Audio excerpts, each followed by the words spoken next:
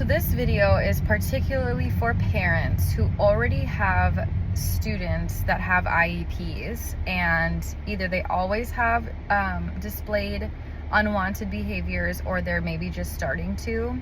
Some key things that you need to know about special education is that once your child has an IEP, once they are in program, regardless of what the disability is for, that IEP is always going to be, should always be reflective of the child's current needs. So just because a child started out without any behavioral concerns, that doesn't mean that it's always going to be the case. The thing about special education and why I love the challenge of how it evolves and how it can change over time is that students change over time. When they get into different grades, they're exposed to different materials, and it can sometimes cause, or different teachers, different personalities, and it can cause unwanted behaviors. But if it's something that is being consistent and it is a concern of yours and you want to address that concern, you are able, and not able, you are legally encouraged to schedule an IEP meeting at any time of the year to meet as a team and address those concerns. And if it is a reasonable thing, if this is a consistent behavior, it's a pattern that you're seeing, it's interrupting his classwork, it's interrupting, it's creating tension at home, I would propose to add a behavioral goal. This can be something, it should be something very specific to that child, of course.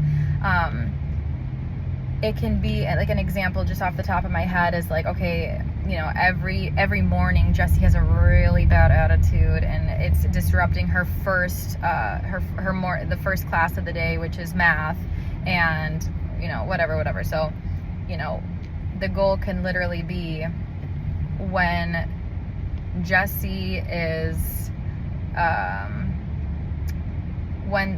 after a teacher approaches Jessie about, does a check-in, after teacher check-in, after morning teacher check-in, Jessie will be able to express how she's feeling using, a scale. You can use like the happy, sad, like the graphic, or the, what's it called, the picture thing.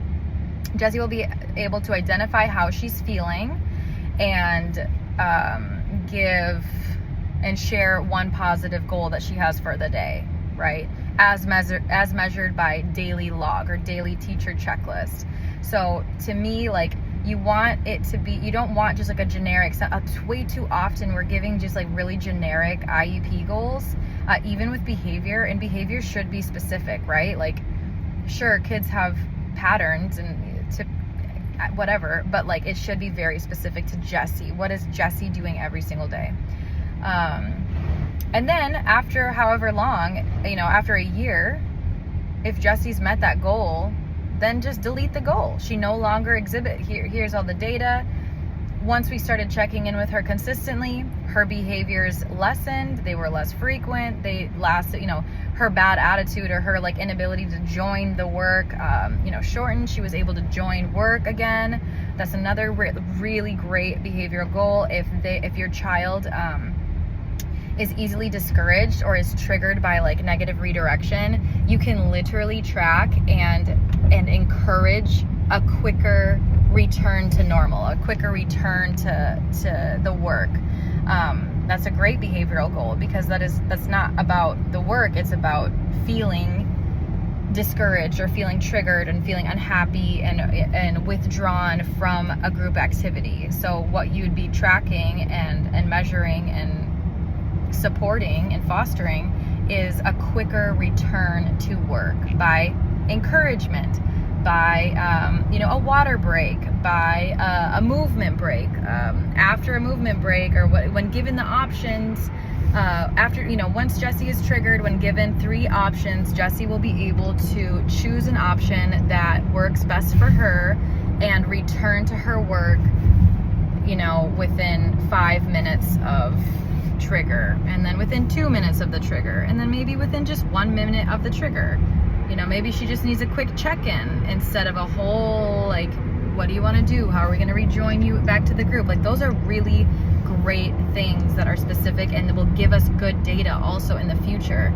The reason why special education is so crucial with data is because if there's, and this actually happened with this family that I've worked with for the last few years, if you can see that there's a pattern and there's a problem and you don't document anything and you just think like, okay, like cool, like I'm a great teacher, like I'm just gonna do whatever for Jessie, but I'm not gonna document anything, then the next time that Jessie goes to the next person, the next teacher, they don't have any clue as to what her deal was, what was upsetting her, why was she upset, you know?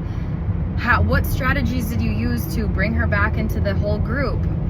What kind maybe music really helped, maybe this, like it's all simple too, like, right? Like teachers, only the bad ones, but annoying teachers sometimes they'll say like, oh, I have too much going on, and they do. Teachers have so much going on, but in the grand scheme of things, if you can just, even if it's a post-it note, and then later have, you know, you can fill it in or take a picture of it and upload it to something, like just any documentation of intervention is crucial to the success of the child. And pretty soon here, I'm going to be uploading my personal favorite goals in a goal bank. I'm going to be selling actually my like Jessie approved goals. So yeah, that'll be fun.